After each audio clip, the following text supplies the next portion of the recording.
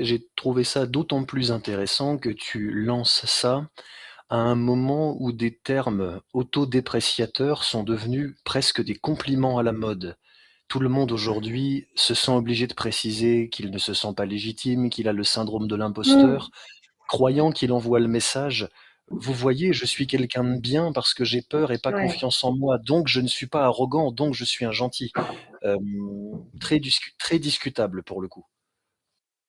J'apprécie que tu dises ça parce que je pense aujourd'hui vraiment en horreur cette volonté de se diminuer pour, d'une certaine manière, attirer une forme d'empathie ou en tout cas de tendresse. Et d'ailleurs, ça a le don vraiment de m'énerver quand je vois des gens jouer ce jeu-là et d'autres mordre à l'hameçon de «Ah, mais regarde, j'aime beaucoup cette personne, elle est gentille, tu vois, elle se la raconte pas, elle a pas confiance». Et c'est ça qui m'exaspère, c'est qu'on est finalement dans une situation où on préférera la fausse modestie à la vraie confiance. Et quelqu'un qui dégagera une forme de confiance ou d'assurance, ce sera forcément vu comme une menace. Et on a très vite de taxer cette personne d'arrogante, alors que moi, je prends vraiment le temps, tu vois, je fais beaucoup de communication pour démêler le vrai du faux et démystifier un petit peu le concept de confiance, de modestie, d'humilité, parce que quand on n'a pas envie de faire la part des choses et qu'il y a une certaine paresse intellectuelle, c'est plus facile de se dire non, mais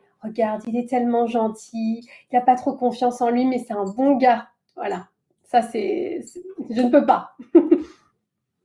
On se rejoint là-dessus, hein, on en avait parlé, ça m'arrive des fois de le formuler comme ça de mon côté. Il suffit pas d'être la victime, soi-disant, d'un méchant pour être automatiquement dans le camp des gentils. Surtout, c'est pratique parce que ça évite tout Oui, effort de gentillesse et de voilà. Pas besoin de faire le bien, il suffit que le mal nous oppresse et hop, on est dans le bon camp. On va pas aller loin. exact. T'as vu comme J'adore. je parle bien? Ouais, mais t'as vu, T'as le droit de je me m'attends chambrer. à prendre aussi la... Non, non, non, mais je suis très, très, très heureuse qu'on commence direct et que tu tapes fort avec ça parce que justement, peut-être que ça fait partie des choses pas politiquement correctes que je pense et que j'affirme haut et fort et qui peut-être sont dérangeantes dans un monde où on a envie d'avoir une vision binaire, voilà, les gentils, les méchants, les gens qui sont discrets, qui, tu vois, je fais vraiment encore une fois la part des choses, tu vois, il y a des personnes qui n'ont pas le besoin nécessairement de sortir de cette discrétion professionnellement, et moi, cela, je leur dis, bah, grand bien vous fasse, tu vois. L'idée, c'est pas d'inviter tout le monde à adopter un certain tempérament qui n'est pas le sien, mais c'est de dire, si vous ressentez une souffrance ou le sentiment qu'à un moment donné, vous n'êtes pas reconnu à votre juste valeur et que finalement, voilà, des gens vous passent devant et que vous avez le sentiment d'être toujours à la ramasse, peut-être que ça peut être intéressant de s'interroger sur qu'est-ce que je peux faire différemment. Et là, dans ce cas-là, oui, se mettre en avant ou apprendre à faire savoir, à communiquer aussi sa valeur. Et je vois Diego, parce que c'est aussi des choses que Diego met en avant dans sa communication, mais d'aller chercher justement à travers une expertise, en fait, des faits, pas de l'ego, mais vraiment des choses très brutes.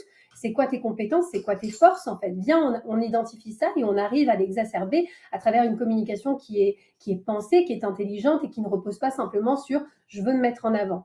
Mais tu vois, j'ai le sentiment, en tout cas, que publiquement, ce sera toujours plus intéressant de dire effectivement, oui, moi, j'ai pas trop confiance en moi, j'ai le syndrome de l'imposteur, voilà, j'ai l'impression que je suis à une arnaque, que je mérite pas ce qui m'arrive, etc.